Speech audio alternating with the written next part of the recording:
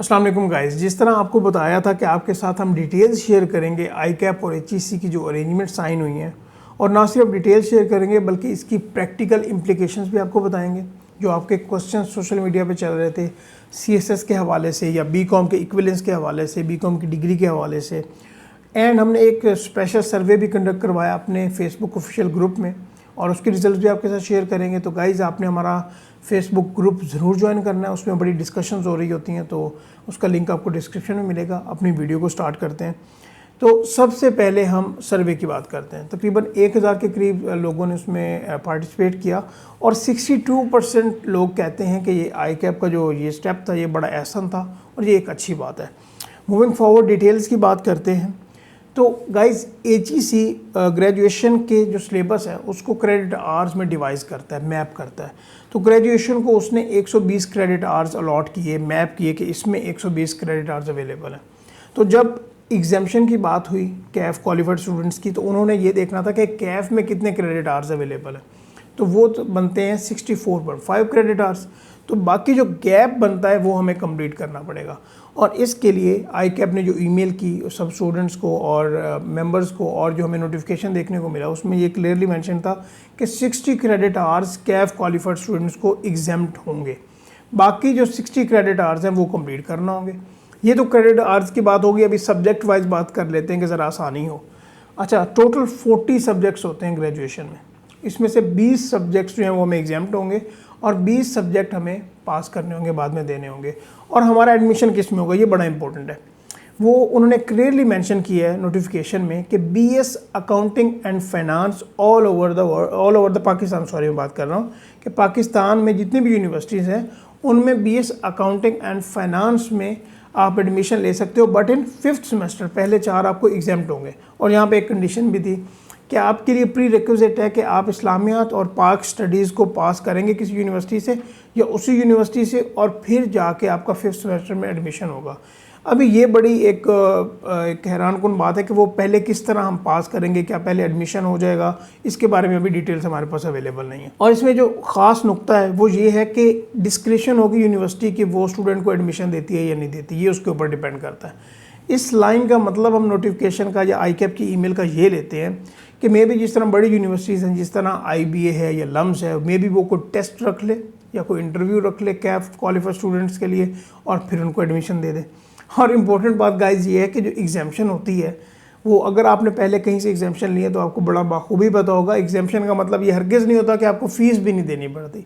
तो आपको फ़ी पिछले एग्जाम्पशन की देनी ही पड़ेगी सारी, और फिर जाके आपका 5th सेमेस्टर में एडमिशन होगा। और अगर IBA या लम्स की बात की जाए तो यू नो वेरी वेल कि उनकी फ़ीसेस कितनी हैं, इसकी प्रैक्टिकल इम्प्लीकेशन देखेंगे तो इसके ऊपर भी बात कर रहे होंगे। तो ये तो बात हो गई यहाँ तक हमारे डिटेल्स की। तो हमें 5th semester BS accounting and finance में एडमिशन मिलेगा। नाउ मूविंग फॉरवर्ड CSS की बात करते हैं। काफ़ी स्टूडेंट्स ने हमें ये क्वेश्चन किया, मैसेजेस किए, व्हाट्सएप पे मैसेजेस आया, कमेंट्स में पूछा कि सर क्या हम अभी CSS के लिए एलिजिबल हो गए। देखिए, CSS के लिए एलिजिबिलिटी क्राइटेरिया है बैचलर्स, ये तो आप सभी को पता है। बट अभी हमें एग्जामिशन किस में मिली है, हमें मिली है BS अकाउंटिंग एंड फाइनेंस, जो कि 4 ईयर प्रोग्राम है, ना कि 2 ईयर प्रोग्राम है।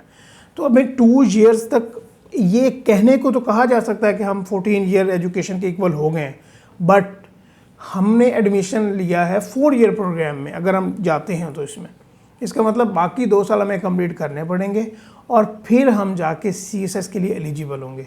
और हमारे आई कैप के एक मेंबर हैं बड़े हाई लेवल पे, आप उन सबको जानते होंगे, वो अभी आई कैप की काउंसिल में भी हैं, तो नाम मैं यहाँ पे नहीं लूँगा। उन्होंने अपनी पोस्ट में कहा कि now C is equal to BCom या 14 ईयर एजुकेशन। तो मैं ये समझता हूँ कि उनकी बात से मतलब गलत परसीव किया गया, विच इज़ के BCom के इक्वल हो गया C नहीं, BCom के equal in terms of 14 year हुआ है। ऐसा नहीं कि आपको BCom की डिग्री मिल जाएगी। तो अगर आप डिग्री में जाना भी चाहते हैं तो आपको ये ग्रेजुएशन जो है अपनी 4 ईयर कंप्लीट करना पड़ेगी, which is BS accounting and finance from बाकी जितने भी यूनिवर्सिटीज़ हैं ऑल ओवर द पाकिस्तान।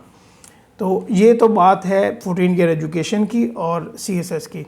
तो गाइस, जहाँ तक फ़ीस की बात मैंने आपको बताई कि लेट्स सपोज अगर कोई भी स्टूडेंट आई कैप में एग्जाम्पशन क्लेम करता है, जिस तरह मैंने आई थिंक मेरी इंग्लिश एग्जाम्प्ट थी, जब मैंने इंग्लिश एग्जाम करवाई थी, तो मुझे फ़ीस देना पड़ी थी आई कैप को। इसी तरीके से अगर आप लम्स या IBA में एडमिशन लेते हो तो आपको फीसेस पे करना पड़ेंगी, पहले 4 सेमेस्टर की भी और अगले 4 सेमेस्टर की भी। तो ये अच्छी खासी हैवी फीसेस होती हैं। अब इसकी प्रैक्टिकल इम्प्लीकेशन पे बात कर लेते हैं। बात इस तरह है कि अगर कोई भी student let's suppose C under करता है तो उसके पास कौन से ऑप्शन अवेलेबल हैं। उसने ऑडिट फर्म में या इंडस्ट्री में ट्रेनिंग के लिए जाना होता है। तो अगर CA में इस ट्रेनिंग को निकाल दिया जाए तो मुझे नहीं लगता कि CA में और बाकी जो क्वालिफिकेशन है हमारी डिग्री उसमें कोई ज़्यादा डिफरेंस होगा। ये बैकबोन है हमारी जो ट्रेनिंग होती है ऑडिट फर्म में, इंडस्ट्री में। गाइज ये बहुत ही इंपॉर्टेंट फैक्टर है CA का, इसके बगैर CA है ही कुछ नहीं। तो अगर तो CA अंडर के बाद स्टूडेंट अगर यूनिवर्सिटी में मूव करता है तो आप क्या समझते हैं कि पहले उसने दो साल तकरीबन मैं एवरेज लगाता हूँ 2-2.5 साल लगाए CA अंडर में, फिर वो जाएगा और 2 साल लगाएगा ग्रेजुएशन में, उसके बाद फिर वो ऑडिट फर्म ज्वाइन करेगा। और फिर ऑडिट फर्म्स के प्रॉब्लम, आपका तो FTS जो था वो बहुत पुराना हो गया, आपने 2 साल पहले CA अंडर किया था, तो अब भी हम क्या आपको रखें या ना रखें। और इसको प्रैक्टिकल इम्प्लीकेशन पाकिस्तान के हवाले से देखें कि जो हमारी आवाम है, जो हमारे लोग हैं, वो किस फैमिली बैकग्राउंड से ताल्लुक़ रखते हैं, क्या वो ये इतना अफोर्ड कर सकते हैं, और फिर वो अपने फाइनल के एग्ज़ाम दे, अपनी ट्रेनिंग कंप्लीट करे, और ये इसका जो ड्यूरेशन है वो कितना हो जाएगा। तो यहाँ पे ये मुझे प्रैक्टिकल नहीं लग रहा। अभी इस एंगल को हम देखते हैं CA फाइनलिस्ट के हवाले से कि जिनके कुछ फाइनल के एग्ज़ाम्स रहते हैं, जिनके आर्टिकल्स कंप्लीट हो चुके हुए हैं, तो मैं ये समझता हूँ कि ये मे बी वो ये ऑप्शन अवेल करना चाहें। तो क्या ये प्रैक्टिकल पॉसिबल है कि पहले उन्होंने 6 साल 6.5 साल तकरीबन 7 साल CA में लगा दिए, अभी उनके कुछ एग्ज़ाम्स रहते हैं, और फिर यहाँ से वो 2 साल के लिए किसी यूनिवर्सिटी में जा रहे हैं for the sake of graduation degree या क्वालिफिकेशन।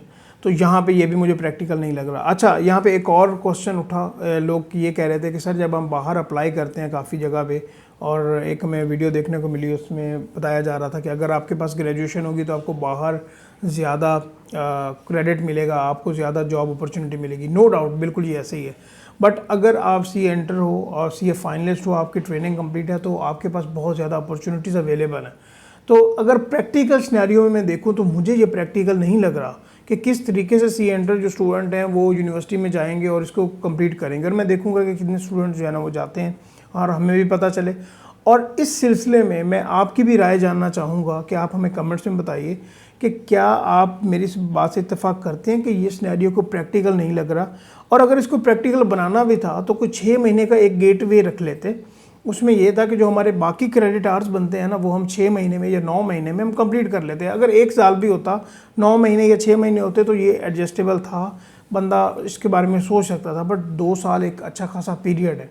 और एक और बात है, जो डिटेल्स हमारे पास आई हैं उसमें तकरीबन 9 वीक्स की एक ट्रेनिंग होती है। अभी ये नहीं पता कि जो हमारी ट्रेनिंग है जो ऑडिट फर्म में है, क्या वो इसके लिए एलिजिबल है, वो कंपनसेट इसमें हो जाएगी या नहीं। मतलब यूनिवर्सिटी से जो भी ग्रेजुएशन करता है उसके लिए ये होता है कि 9 वीक्स की उसने कहीं पे इंटर्नशिप करनी होती है किसी कंपनी में। तो ये देखना होगा कि क्या जो हम CA फाइनलिस्ट ट्रेनिंग करते हैं ऑडिट फर्म्स में, क्या वो उसमें कंपनसेट होती है या नहीं होती। तो मेरे हिसाब में तो ये गेटवे वाला प्लान था कि अगर गेटवे हो जाता, गेटवे प्लान होता, तो मे बी ये काफ़ी हेल्पफुल होता CA स्टूडेंट्स के लिए। तो गाइज़ ये तो सर्वे रिज़ल्ट भी शेयर कर दिया, ये मैंने आपको प्रैक्टिकल इम्प्लीकेशन भी बता दी, CSS के हवाले से भी बता दिया, BCom के हवाले से भी बता दिया। अभी आपके लिए कोई और पॉइंट है आपके जहन में तो वो आप हमें कमेंट्स में बताइए। और इन दी एंड में एक बात बताता जाऊँ कि ICAP के इस कदम को हमें सराहना चाहिए। एटलीस्ट कुछ ना होने से तो होना बेहतर है। तो आपने हमारा जो फेसबुक ऑफिशियल ग्रुप है उसको ज्वाइन करना नहीं भूलना, लिंक आपको डिस्क्रिप्शन में मिल जाएगा। इंशाल्लाह नेक्स्ट वीडियो में मिलते हैं, और अपनी राय से हमें ज़रूर आगाह कीजिएगा। अल्लाह हाफ़िज़। Don't let your dreams be dreams. Yesterday you said tomorrow, so just do it! Make your dreams come true! Just do it!